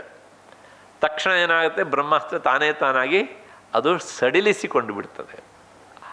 ಯಾವಾಗ ಇವರು ಈ ಕೆಲಸ ಮಾಡಿದ್ರೋ ಬ್ರಹ್ಮಾಸ್ತ್ರ ಬಿಚ್ಚಿ ಹೋಯ್ತು. ಆದರೂ ಅದು ಹಾಗೇನೇ ಇತ್ತು. ಇಂದ್ರಜಿತಿಗೆ ಗೊತ್ತಾಗ್ತಾ ಇತ್ತು ಅದು ಬಿಚ್ಕೊಂಡಿದೆ ಅಂತ. ಆದರೆ ಅವನು ಅಂದ್ಕೊಂಡಿದ್ದ ಆಂಜನೇಯನಿಗೆ ಗೊತ್ತಾಗಲಿಲ್ಲ ಇವನು ಪೆದ್ದ ಅಂತ. ಪೆದ್ದ ಅವನಲ್ಲ, ಇವನು ಹೀಗೆ ಅಂತ. ಯಾಕೆಂದರೆ ಅವನ ಉದ್ದೇಶ ಏನು ಕೇಳಿದರೆ, ಇವಾಗ ನಾನು ಲಂಕೆ ಒಳಗೆ ಪ್ರವೇಶ ಮಾಡಲಿಕ್ಕೆ ನನಗೆ ಅವಕಾಶ ಸಿಕ್ಕಿದೆ, ಸರಿಯಾದ ಜನ ನನ್ನನ್ನು ಕರ್ಕೊಂಡು ಹೋಗ್ತಾ ಇದ್ದಾರೆ ಅಂತ ಭಾವಿಸಿದ್ದ. ಹಾಗಾಗಿ ಅವನು ಹೋಗೋದಕ್ಕೆ ಕಾಯ್ತಾ ಇದ್ದ. ಯಾಕೆ ಹೇಳೋದು ಇಷ್ಟಲ್ಲ ಅಂದರೆ, ಇಂದ್ರಜಿತಿಗೆ ಪರಾಕ್ರಮ ಇತ್ತು, ಶಕ್ತಿ ಇತ್ತು ತೋಳಲ್ಲಿ, ಆದರೆ ಬೌದ್ಧಿಕವಾದ ಶಕ್ತಿ ಇರಲಿಲ್ಲ. ಯಾವುದು ಮೊದಲು ಯಾವುದು ನಂತರ ಮಾಡಬೇಕು ಅನ್ನೋಂಥ ವಿವೇಕ ಇರಲಿಲ್ಲ. ವಿಚಾರ ಶೂನ್ಯನಾಗಿದ್ದ, ಶುದ್ಧ ಹುಂಭನಾಗಿದ್ದ. ನಾನು ಪದೇ ಪದೇ ಹೇಳ್ತೇನೆ, ಯಾವತ್ತು ನಮ್ಮ ದೇಶದಲ್ಲಿ ಇಂಥವನು ಒಬ್ಬನೇ. ಇವತ್ತು ತುಂಬ ಜನ ಸಿಗ್ತಾರೆ ಈಗ ಅಂತ. ಅಷ್ಟು ಹಿನ್ನೆಲೆಯಲ್ಲಿ ಕೊನೆಗೆ ಇಲ್ಲೂ ಸಹ ಆತ ಏನು ಮಾಡಿದ ಕೇಳಿದರೆ, ಎಲ್ಲರ ಮೇಲೂ ಸಹ ವಿಶೇಷವಾಗಿ ರಾಮ ಲಕ್ಷ್ಮಣನ ಮೇಲೆ ಆ ಬ್ರಹ್ಮಾಸ್ತ್ರವನ್ನು ಆತ ಪ್ರಯೋಗ ಮಾಡಿದ. ಆಗ ಏನಾಯಿತು ಅಂದರೆ, ಇಡೀ ಆ ರಾಮನ ಸೈನ್ಯ ಮತ್ತೆ ಪುನಃ ಧರೆಗೆ ಹೊರಳಿತು. ಆ ಸಂದರ್ಭದಲ್ಲಿ ಆಂಜನೇಯ ಅವನೂ ಸಹ ತನಗೆ ಬ್ರಹ್ಮಾಸ್ತ್ರ ಏನು ಮಾಡದೇ ಇದ್ರೂ ಸಹ ಕಣ್ಣು ಬಿಟ್ಕೊಂಡು ಹಾಗೇ ಇದ್ದ. ಮತ್ತು ಜಾಂಬವಂತ ಇದ್ದ. ಅದು ರಾತ್ರಿ ಕಾಲ ಆಗಿತ್ತು ಅಂತ ಮತ್ತು ನಾವು ವಾಲ್ಮೀಕಿ ಮನೆಯಲ್ಲಿ ಹೇಳ್ತಾರೆ, ವಿಭೀಷಣ ಕೈಯಲ್ಲಿ ಈ ಜುಂಜನ್ನು ಗೊತ್ತಲ್ಲ, ಕಟ್ಟಿಗೆಗೆ ಬಟ್ಟೆಯನ್ನು ಸುತ್ತಕೊಂಡು ಬೆಳಕು ಎಲ್ಲರೂ ನೋಡ್ತಿದ್ದಂತೆ, ಯಾರ್ಯಾರು ಎಚ್ಚರವಾಗಿದ್ದಾರೆ, ಯಾರ್ಯಾರ ಮೇಲೆ ಈ ಬ್ರಹ್ಮಾಸ್ತ್ರ ತನ್ನ ಪ್ರಭಾವ ಬೀರಿದೆ ಅಂತ. ಆಗ ಆ ನಮ್ಮ ಇವನಿದ್ದಾನಲ್ಲ ಜಾಂಬವಂತನ ಹತ್ರ ಹೋದಾಗ ಜಾಂಬವಂತನ ಮಾತನ್ನು ಕೇಳ್ತಾನೆ. ವಿಭೀಷಣ, ರಾಮಲಕ್ಷ್ಮಣರು ಸಹ ಮೂರ್ಛಾಸ್ಥಿತಿಗೆ ಹೋಗಿದ್ದಾರೆ ಅಲ್ವಾ? ಹೌದು, ಹೋಗಿದ್ದಾರೆ. ಆಂಜನೇಯ ಹೇಗಿದ್ದಾನೆ ಅಂತ ನಾವು ನಾಳೆ ನಾಡೋಷ್ಟರಲ್ಲಿ ಈ ವಿಚಾರ ನೋಡ್ತೇವೆ. ಜಾಂಬವಂತ ಕೇಳ್ತಾನೆ ಈ ಮಾತನ್ನು. ಆಗ ವಿಭೀಷಣ ಹೇಳ್ತಾನೆ, ಆಂಜನೇಯನಿಗೆ ಎಚ್ಚರ ಇದೆ, ಮುಂದಿನ ಕೆಲಸ ನೀ ಮಾಡು ಹಾಗಿದ್ರೆ ಅಂತ ಹೇಳಿ ಕಳಿಸ್ಕೊಡ್ತಾನೆ. ಯಾಕೆ ಅನ್ನೋದನ್ನು ಅವನು ಹೇಳ್ತಾನೆ, ಆಮೇಲೆ ನಾಳೆ ನೋಡ್ತೇವೆ ನಾವು ಅದನ್ನು. ಇಷ್ಟು ಹಿನ್ನೆಲೆಯಲ್ಲಿ ಎಲ್ಲರ ಮೇಲೂ ಆ ಬ್ರಹ್ಮಾಸ್ತ್ರ ಪ್ರಯೋಗ ಮಾಡಿದಾಗ ಇವ್ರನ್ನ ಎಬ್ಸೋದು ಹಾಗೆ, ಎಲ್ಲರಿಗೂ ಸಹ ಮೈ ರಕ್ತ ಸುರಿತಾ ಇದೆ, ಅದರ ಪ್ರಭಾವ ಕಾಣ್ತಾ ಇದೆ ಎಲ್ಲ ಕಡೆಗೂ. ಆಗ ತಕ್ಷಣವೇ ಸಹ ವಿಭೀಷಣ ಹೋಗಿ ಆಂಜನೇಯನಿಗೆ ಹೇಳ್ತಾನೆ, ನೀನು ಆ ಆ ವಿಶಾಲ್ಯಕರಣಿ, ಸಂಧಾನಕರಣಿ ಎನ್ನುವಂಥ 2 ಔಷಧದ ಬೇರುಗಳನ್ನು ತರಬೇಕು. ಅದು ಹಿಮಾಲಯದಲ್ಲಿ ಇಂಥಲ್ಲುಂಟು ಅಂಥೇಳಿ ಆ ಲಂಕೆಯ ವೈದ್ಯನನ್ನು ಒಬ್ಬನನ್ನು ಎತ್ತಾಕೊಂಡು ಬಂದು ಅವನ ಮೂಲಕ ಮಾಹಿತಿಯನ್ನು ಪಡೆದು ಆಂಜನೇಯನನ್ನು ಅಲ್ಲಿಗೆ ಕಳಿಸ್ತಾರೆ. ಅದ್ರ ಜೊತೆಗೆ ಆಂಜನೇಯ ಅಲ್ಲಿ ಹೋಗಿ ಆ ಔಷಧ ಬೇರುಗಳನ್ನೆಲ್ಲ ತರುವಾಗ ಅವೆಲ್ಲ ಅದೃಶ್ಯವಾಗ್ತವೆ. ಕೊನೆಗೆ ಆ ಪರ್ವತದ ಒಂದು ಭಾಗವನ್ನೇ ಆಂಜನೇಯ ತರ್ತಾನೆ. ತಂದ ಮೇಲೆ ಅವುಗಳನ್ನು ಆ ವೈದ್ಯ ಅರೆದು ಅದನ್ನು ಸಿಂಪಡಿಸಬೇಕು ಅನ್ನೋಷ್ಟೊತ್ತಲ್ಲಿ ಆ ಔಷಧಗಳ ವಾಸನೆ ತಾಗಿದಾಗ ಎಲ್ಲರೂ ಸಹ ಮತ್ತೆ ಪುನಃ ಎದ್ದು ನಿಲ್ತಾರೆ. ಹೀಗೆ ಅಂತ ಸ್ವಾರಸ್ಯ ಅಂದರೆ ಈ ಘಟನೆ ಹೇಗಾಯಿತು ಅಂತಂದರೆ, ಈ ಔಷಧಗಳ ವಾಸನೆ ತಾಗಿದಾಗ ಇವತ್ತು ಬ್ರಹ್ಮಾಸ್ತ್ರದಿಂದ ಮಡಿದವರು ಅಷ್ಟೇ ಅಲ್ಲ, ನಿನ್ನೆ ಮೊನ್ನೆ ಎಲ್ಲ ಯಾರ್ಯಾರು ಕಪಿಗಳು ಸತ್ತಿದ್ರೋ ಅವರೆಲ್ಲರೂ ಸಹ ಮತ್ತೆ ಬದುಕಿ ಬಂದ್ರಂತೆ. ಅಲ್ಲೊಂದು ವ್ಯವಸ್ಥೆ ಆಗಿತ್ತು. ರಾವಣ ತನ್ನ ಕಡೆಯವರಿಗೆ ಸೂಚನೆ ಕೊಟ್ಟಿದ್ದ. ಏನು ಅಂದರೆ, ಯದಾ ಪ್ರಭೃತಿ ಲಂಕಾಯಾಂ ಯುದ್ಧಂತೆ ಕಪಿರಾಕ್ಷಸಾ ತದಾ ಪ್ರಭೃತಿ ಮಾನಾರ್ಥಂ ಆಜ್ಞೆಯ ರಾವಣಸ್ಯತು ಯೇ ಹನ್ಯಂತೆ ರಣೇ ತತ್ರ ರಾಕ್ಷಸಾ ಕಪಿಕುಂಜರೈಃ ಹತಾಹತಾಸ್ತು ಕ್ಷಿಪ್ಯಂತೆ ಸರ್ವ ಏವತು ಸಾಗರೇ. ಯುದ್ಧ ಆಗ್ತಾ ಇದೆ. ಯುದ್ಧ ಆಗುವಾಗ ಈ ಕಡೆ ವಾನರರು ತಮ್ಮ ಏನು ಕಲ್ಲನ್ನು ಎಸೆಯುವುದರ ಮೂಲಕವೋ, ಪರ್ವತಗಳನ್ನು ಎತ್ತಿ ಹಾಕೋದ್ರ ಮೂಲಕವೋ, ಮರಗಳನ್ನು ಈ ರಾಕ್ಷಸರ ಮೇಲೆ ಎಸೆಯುವುದರ ಮೂಲಕವೋ, ಯಾವ್ಯಾವ ರಾಕ್ಷಸರು ಸತ್ತು ಬಿದ್ದಿದ್ರೋ ಅವ್ರನ್ನ ಎಲ್ಲರನ್ನು, ಬರೇ ಸತ್ತವರಲ್ಲ, ಕೆಲವು ಜನಕ್ಕೆ ಫ್ರ್ಯಾಕ್ಚರ್ ಆಗಿದೆ, ಇನ್ನು ಕೆಲವು ಜನ ಬದುಕಿ ಬರೋದಿಲ್ಲ ಅಂತ ನಿಶ್ಚಯ ಆಗಿದೆ, ಆದರೂ ಜೀವ ಇದೆ ಅವರಿಗೆ. ಇನ್ನು ಕೆಲವು ಜನ ಒಂದು 4 ತಾಸಲ್ಲಿ ಸಾಯ್ತಾರೆ, ಇನ್ನು ಕೆಲವು ಜನ ಇವತ್ತು ಸಂಜೆ ಅಥವಾ ನಾಳೆ ಬೆಳಗ್ಗೆ ಸಾಯ್ತಾರೆ. ಇಂಥ ಈ ಅರೆಬರೆ ಪೂರ್ತಿ ಸಾಯದೇ ಇದ್ರೂ ಸತ್ತಂತೆ ಇರುವವರು, ವಾಲ್ಮೀಕಿ ಮುನಿಗಳ ಶಬ್ದ ನೋಡಬೇಕು. ಹತಾಹತಾಸ್ತು, ಹತಾಸ್ತು ಅಂದರೆ ಸತ್ತವರು, ಹತಾಹತಾಸ್ತು ಅಂದರೆ ಅರ್ಧಂಬರ್ಧ ಸತ್ತವರು ಅಂತ. ಇಂಥವನ್ನೆಲ್ಲರನ್ನು ಸಹ ರಾವಣ ಏನು ಮಾಡಬೇಕು ಅಂತ ಸೂಚನೆ ಕೊಟ್ಟಿದ್ದ ಅಂದರೆ, ಇವ್ರನ್ನೆಲ್ಲ ಸಮುದ್ರಕ್ಕೆ ಬಿಸಾಡಿಬಿಡಿ. ಯಾಕೆಂದರೆ ಸತ್ತವರ ಸಂಖ್ಯೆ ಗೊತ್ತಾದರೆ ನಮ್ಮ ಕಡೆಯ ಸೈನಿಕರ ಧೈರ್ಯ ಕುಸಿತದೆ, ಅವರು ಧೈರ್ಯ ಕಳ್ಕೊಳ್ತಾರೆ, ಪ್ರಾಮಾಣಿಕ ಯುದ್ಧ ಮಾಡಲಿಕ್ಕಾಗೋದಿಲ್ಲ.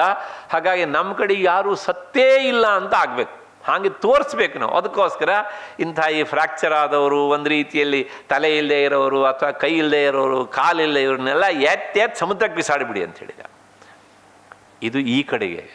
ಆ ಕಡೆ ರಾಮ ಏನು ಹೇಳಿದ್ದ, ನಮ್ಮ ಕಡೆಗೆ ಒಂದೇ ಒಂದು ವಾನರಕ್ಕೆ, ಕೋತಿಗೆ ಹಿಂಸೆ ಆದರೂ ಸಹ, ಅದರ ಅಂಗಾಂಗ ಊನಾದರೂ ಸಹ ಅದನ್ನು ಎಲ್ಲವನ್ನು ಹಾಗೇ ಇಡಬೇಕು, ಸತ್ತವರನ್ನೂ ಸಹ ಹಾಗೆ ಇಡಬೇಕು. ಯಾಕೆ ನಾನು ಅದೆಲ್ಲದಕ್ಕೂ ಸಹ ಏನು ಮಾಡಬೇಕು, ಸಂಸ್ಕಾರ ಮಾಡಬೇಕು. ರಾಮ ಒಂದು ರಾಶಿ ಹಾಕಿಸಿದ್ದ. ಆ ರಾಮನ ಕಡೆ ವಾನರಿಗೆಲ್ಲ ಒಂದು ಭರವಸೆ. ಅವ್ರು ನೋಡಿ ಅವ್ರ ಭರವಸೆ ಕುಸಿಲಿಲ್ವಂತೆ. ಇವರೆಲ್ಲರಿಗೂ ರಾಮ ಸಂಸ್ಕಾರ ಮಾಡ್ತಾನೆ, ನಾಳೆ ನಾನು ಸತ್ತರೆ ನನಗೂ ಸಹ ಯಾರು ಸಂಸ್ಕಾರ ಮಾಡ್ತಾರೆ, ರಾಮ ಸಂಸ್ಕಾರ ಮಾಡ್ತಾರೆ. ರಾಮನ ಕೈಯಿಂದ ಸಂಸ್ಕಾರ ಮಾಡಿಸಿಕೊಳ್ಳೋದು ಅದೆಂಥ ಭಾಗ್ಯ ರೀ. ಹಾಗಾಗಿ ನಾನು ಸಾಯ್ಲಿಕ್ಕೆ ಸಿದ್ಧನಿದ್ದೇನೆ ಅಂತ ವಾನರರು ಅಹಮಹಮಿಕೆಯ ಯುದ್ಧ ಮಾಡ್ತಿದ್ರು. ಆದರೆ ಯಾವಾಗ ಆಂಜನೇಯ ಈ ಸಂಧಾನಕರಣಿ, ವಿಶಲ್ಯಕರಣಿ ಅನ್ನುವಂಥ ಔಷಧ ತಂದನೋ ಆ ಬೇರುಗಳ ಸುಗಂಧ ಬೀರಿದಾಗ ಸತ್ತಂಥ ಎಲ್ಲ ವಾನರು ಸಹ ಮತ್ತೆ ಎದ್ದು ಬಂದ್ರಂತೆ. ಆದರೆ ರಾವಣನ ಸೈನ್ಯದಲ್ಲಿ ಈ ಕೆಲಸ ಆಗಲಿಲ್ಲ. ಅವರೆಲ್ಲ ಏನಾಗಿದ್ರು, ಅದು ಆಗಲೇ ಸಮುದ್ರದಂಥ ಮೀನುಗಳಿಗೆ, ತಿಮಿಂಗಿಲಗಳಿಗೆ, ಮಕರಗಳಿಗೆ ಅವರು ಆಹಾರವಾಗಿ ಹೋಗಿದ್ರು. ಅಂದರೆ ದಡ್ಡತನ ಹೇಗೆ ಪ್ರಕಟವಾಗ್ತದೆ ಅನ್ನೋದಕ್ಕೆ ಇದೆಲ್ಲ ಉದಾಹರಣೆ ಹೇಗೆ ಅಂತಾರೆ. ಹೀಗೆ ಹತಾಹತಾಸ್ತು ಕ್ಷಿಪ್ಯಂತೆ ಸರ್ವ ಏವ ತು ಸಾಗರೇ. ಹೀಗೆ ಇಷ್ಟ ಆದ ಮೇಲೆ ಕೊನೆಗೆ ಆ ನಿಕುಂಭಿಲಾ ಯಾಗವನ್ನು, ಬ್ರಹ್ಮಾಸ್ತ್ರವನ್ನು ಪ್ರಯೋಗ ಮಾಡಿ ಮತ್ಪನ ಇವನು ಅದೃಶ್ಯನಾಗಿ ಬಿಟ್ಟಿದ್ದಾನೆ. ಯಾರು? ಇಂದ್ರಜಿತ್ತು. ಕಾಣ್ತಾ ಇಲ್ಲ ಯುದ್ಧ ಭೂಮಿಯಲ್ಲಿ. ವಿಭೀಷಣ ನೋಡ್ತಾನೆ. ಆಗ ಗೊತ್ತಾಗತ್ತೆ, ಓಹೋ ಇವನು ಮತ್ತೆ ಪುನಃ ನಿಕುಂಭಿಲಾಕ್ಕೆ ಹೋಗಿದ್ದಾನೆ. ಈಗ ಏನಾದರೂ ಇವನು ಆ ಯಾಗವನ್ನು ಪೂರ್ತಿ ಮಾಡಿಬಿಟ್ರೆ ಮತ್ತೆ ಪುನಃ ನಮ್ಮ ಕಡೆಗೆ ಅವನನ್ನು ಯಾರೂ ಗೆಲ್ಲಲಾರರು. ಅದಕ್ಕೋಸ್ಕರ ಆ ಯಾಗವನ್ನು ಮಧ್ಯದಲ್ಲಿಯೇ ತಡೆಯಬೇಕು, ಅದಕ್ಕೆ ವಿಘ್ನವನ್ನು ಒಡ್ಡಬೇಕು. ತಕ್ಷಣ ಏನು ಮಾಡ್ತಾನೆ ಅಂದರೆ ಲಕ್ಷ್ಮಣನ ಕರ್ಕೊಂಡು ಹೋಗ್ತಾನೆ ವಿಭೀಷಣ. ಯುದ್ಧ ಭೂಮಿಯಿಂದ ಆಚೆ, ಅದು ಲಂಕೆಯ ಹೊರಗಡೆ ಇರುವಂತಹ ಬೇರೆ ಪ್ರದೇಶ. ತಕ್ಷಣ ವಿಭೀಷಣನ ವಿಭೀಷಣ ಲಕ್ಷ್ಮಣನ ಕರ್ಕೊಂಡು ಆ ನಿಕುಂಭಿಳಾ ಸ್ಥಳಕ್ಕೆ ಹೋಗ್ತಾನೆ. ಆಂಜನೇಯನೂ ಹೋಗಿದ್ದ.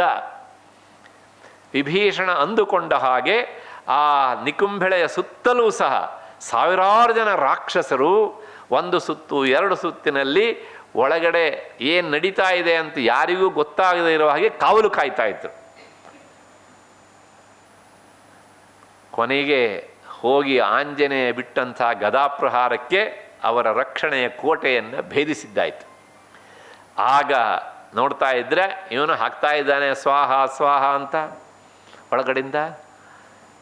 ತಕ್ಷಣ ಹೋದಂತಹ ಲಕ್ಷ್ಮಣ ಒಂದು ಬಾಣವನ್ನು ಬಿಡ್ತಾನೆ. ಬಿಟ್ಟ ಏಟಿಗೆ ಅವನು ಕೂತಲ್ಲಿಂದ ಏಳುವ ಪರಿಸ್ಥಿತಿ ಬಂತು.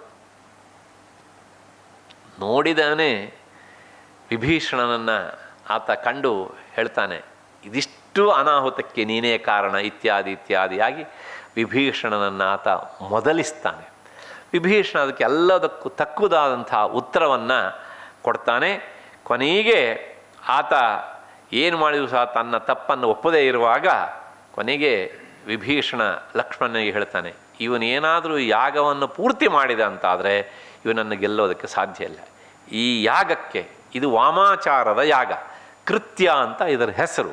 ಇದರ ಮಾಡುವುದೇ ದುರುದ್ದೇಶದಿಂದ. ಹಾಗಾಗಿ ಈಗಲೇ ಇವನನ್ನು ತಡೆಯಬೇಕು, ಈಗಲೇ ಇವನನ್ನು ಇಲ್ಲಿಯೇ ಮುಗಿಸಬೇಕು. ಯುದ್ಧ ಭೂಮಿಗೆ ಕರ್ಕೊಂಡು ಹೋಗಿ ಇವನನ್ನು ಮುಗಿಸೋದಲ್ಲ.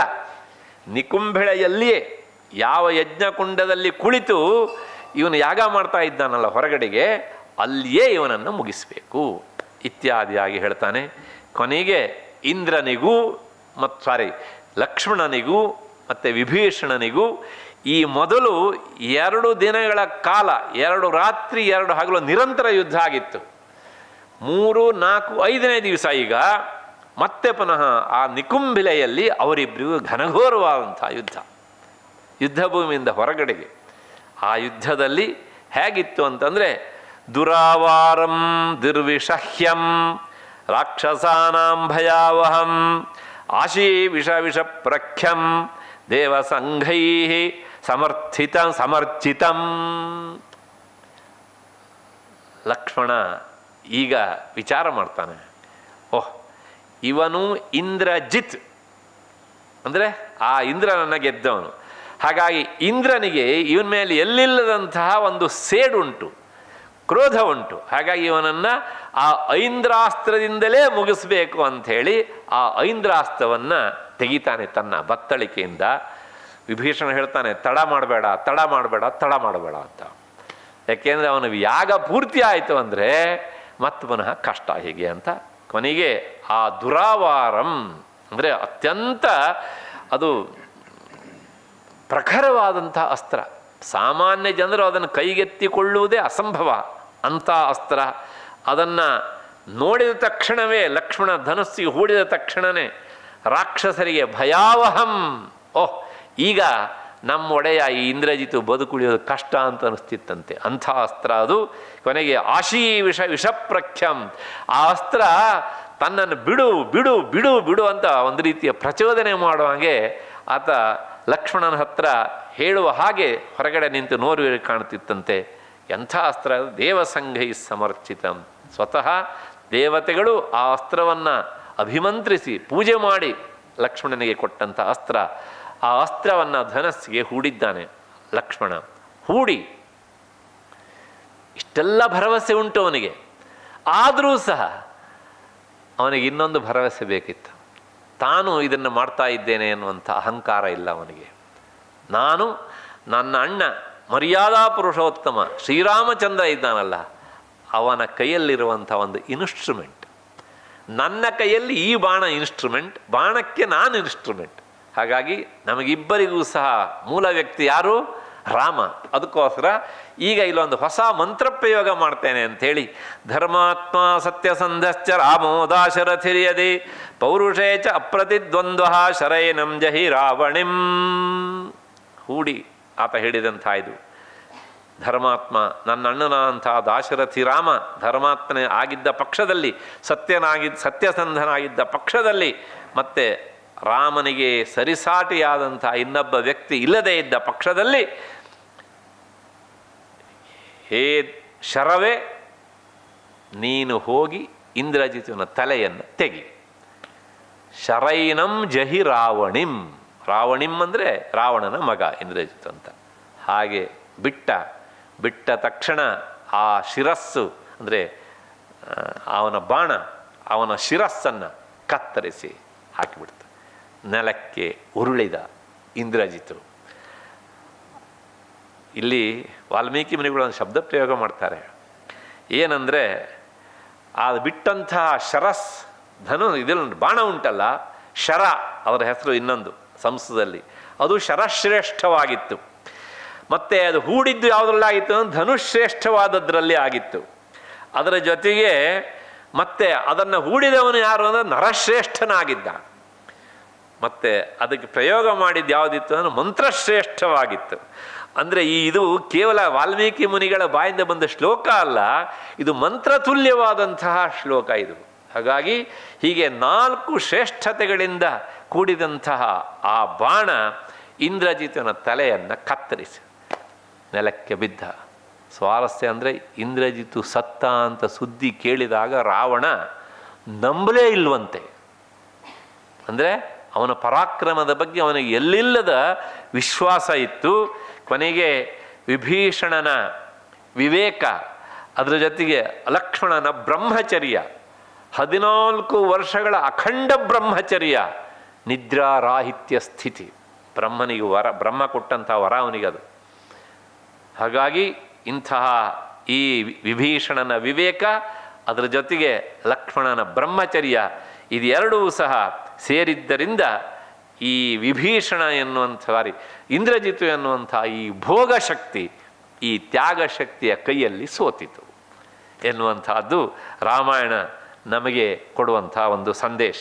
ಒಟ್ಟಾರೆ ಇಂಥ ಈ ಭೋಗಶಕ್ತಿ ಸಾಯಬೇಕಿದ್ದರೆ, ಅದು ಅಳಿಯಬೇಕಿದ್ದರೆ ಅದರ ಹಿಂದೆ ಏನಿರಬೇಕು ಅಂದರೆ ಒಂದು ಬ್ರಹ್ಮಚರ್ಯ, ಅದರ ಜೊತೆಗೆ ವಿವೇಕ, ಇದೆರಡು ಇದ್ದಾಗ ಮಾತ್ರ ಭೋಗಶಕ್ತಿ ಎನ್ನುವಂಥದ್ದು ಅಳಿತದೆ ಎನ್ನುವಂಥದ್ದು.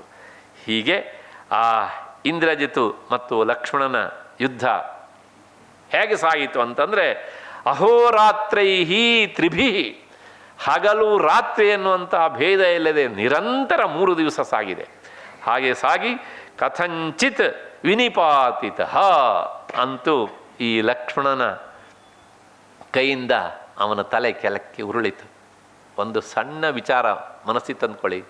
ಪ್ರಾಯಶಃ ಲಕ್ಷ್ಮಣ 14 ವರ್ಷಗಳ ತನ್ನ ಅಖಂಡ ಬ್ರಹ್ಮಚರ್ಯವನ್ನು ಪಾಲಿಸದೇ ಇದ್ದರೆ, ನಿದ್ರೆಯನ್ನು ಗೆಲ್ಲದೇ ಇದ್ದಿದ್ದರೆ ಇಂದ್ರಜಿತುವನ್ನು ಗೆಲ್ಲುವುದು ಸಾಧ್ಯವೇ ಇರಲಿಲ್ಲ. ಒಬ್ಬ ಕವಿ ಹೇಳ್ತಾನೆ, ರಾವಣನನ್ನಾದರೂ ಗೆಲ್ಲಬಹುದಿತ್ತು, ಇಂದ್ರಜಿತುವನ್ನು ಗೆಲ್ಲೋದು ಸಾಧ್ಯ ಇರಲಿಲ್ಲ. ಯಾಕೆಂದರೆ ಇಂಥ ನಿರಂತರ ನೈಷ್ಠಿಕ ಬ್ರಹ್ಮಚರ್ಯದ ಅವಶ್ಯಕತೆ ಇತ್ತು. ಅದು ಲಕ್ಷ್ಮಣನಲ್ಲಿ ಇತ್ತು. ಎಷ್ಟೋ ಜನ ಕೇಳ್ತಾರಲ್ಲ, ಊರು ಮೇಳೆಗೆ ಸುದ್ದಿ ಹೇಳಿದೆ ಲಕ್ಷ್ಮಣ ಹೋದ, ಕರ್ಕೊಂಡು ಹೋಗೋದಿತ್ತು ಅವನ ಹೆಂಡ್ತಿನ ಅಂತ. ಉತ್ತರ ಸಿಗ್ತಾ ಇದೆ ಅಂತ ಭಾವಿಸ್ತೇನೆ ಈಗ, ಅಲ್ವಾ? ಹಾಗಾಗಿ ಒಂದು ಪ್ರಶ್ನೆಗೆ ನಮ್ಮ ತಲೆಯಲ್ಲಿ ಬಂದ ತಕ್ಷಣವೇ ಉತ್ತರ ಸಿಗಬೇಕು ಅಂತ ನಿರೀಕ್ಷೆ ಮಾಡೋದು ಮೂರ್ಖತನ.